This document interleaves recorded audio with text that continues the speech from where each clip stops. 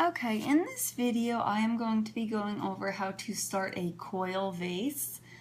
This one for our Greek vase project, but you can also use this technique when making any coil vase.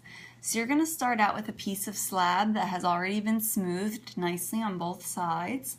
Then you're going to go in with something circular. I'm just going to use this cup, and we're going to go in and we're just going to trace around the cup in order to make a vase.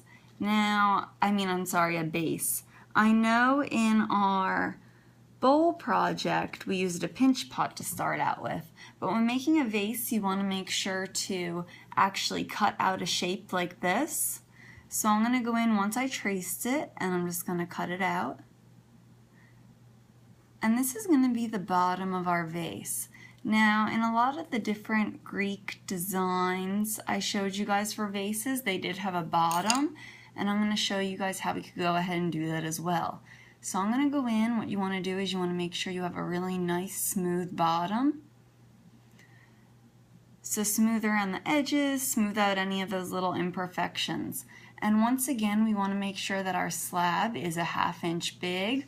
I'll try to make sure that the slab roller is set to those measurements, so please don't move it once it's set to those so that everyone can roll out their slab and it'll be nice and even.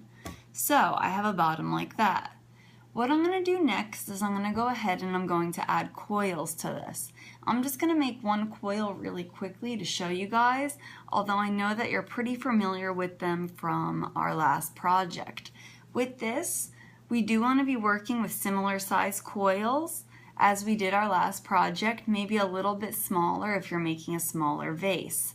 So remember, you're going to squeeze the clay between your hands and make it almost a cylinder. Then you're going to go from your fingertips all the way to the palm of your hand and roll it back and forth, starting in the center and working your way outward. Now, if you have any larger pieces, like here it's a little bit thicker, you can just press on that a little bit more, and this is going to be our coil. So what I'm going to do is I am going to put our base down, and I already pre-made a bunch of coils. What I'm going to go in and do is I'm just going to add 2 coils. If the clay is nice and wet, you guys do not have to add any slip and score, and I'll go over what that is a little bit later in class when we start to attach handles and everything on. But I think the clay is just the right consistency to make these without using that. So I'm going to do the same thing we did with the bowl, and I'm just going to cut it off and I'm going to smooth it in. So you should have something that looks like that. I'm then going to add one more coil on the top, and I want this to start going outward. Therefore, what I'm going to be doing with my coil is I'm going to be slowly resting it towards the outside of the coil in front of it. Now, when we did our bowls, we just had these completely going out.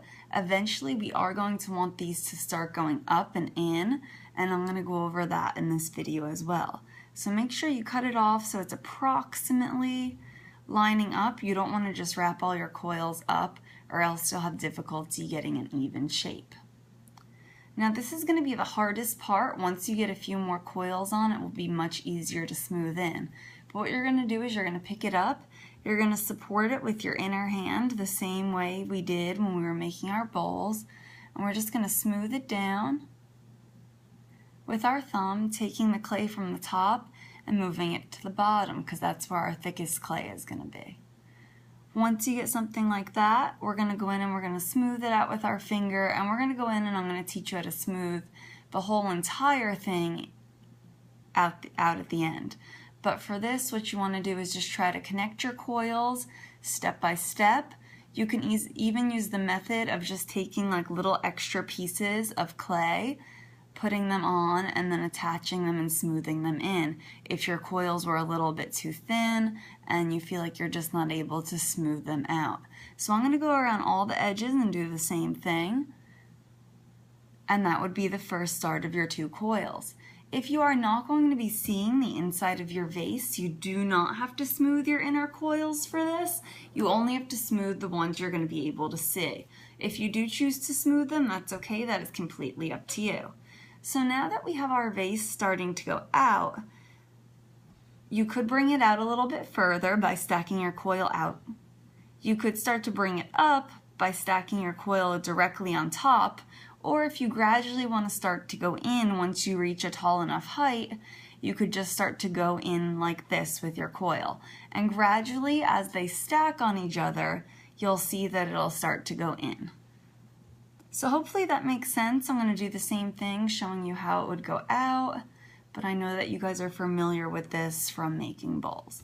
So that's going to pretty much be how you're going to construct your pot. Now I'm not going to go too much into shapes because I know you guys all have different ideas for this project, but one thing I did want to show you was how you could go ahead and create a base. Now I know in a lot of Greek pottery, they often have a little base that they sit on. So they'll have a base and then they'll have a vase that comes up on top of it. So if you want to do something like that, what I would recommend is cutting out 2 bases out of slab that are pretty much the same size that will match up. That way you can go ahead and create a base for your pot, and then it'll dry up enough and be sturdy enough that you could attach it on once you're finished. So I made these 2. And all I did was the same thing. I smoothed in the bottom.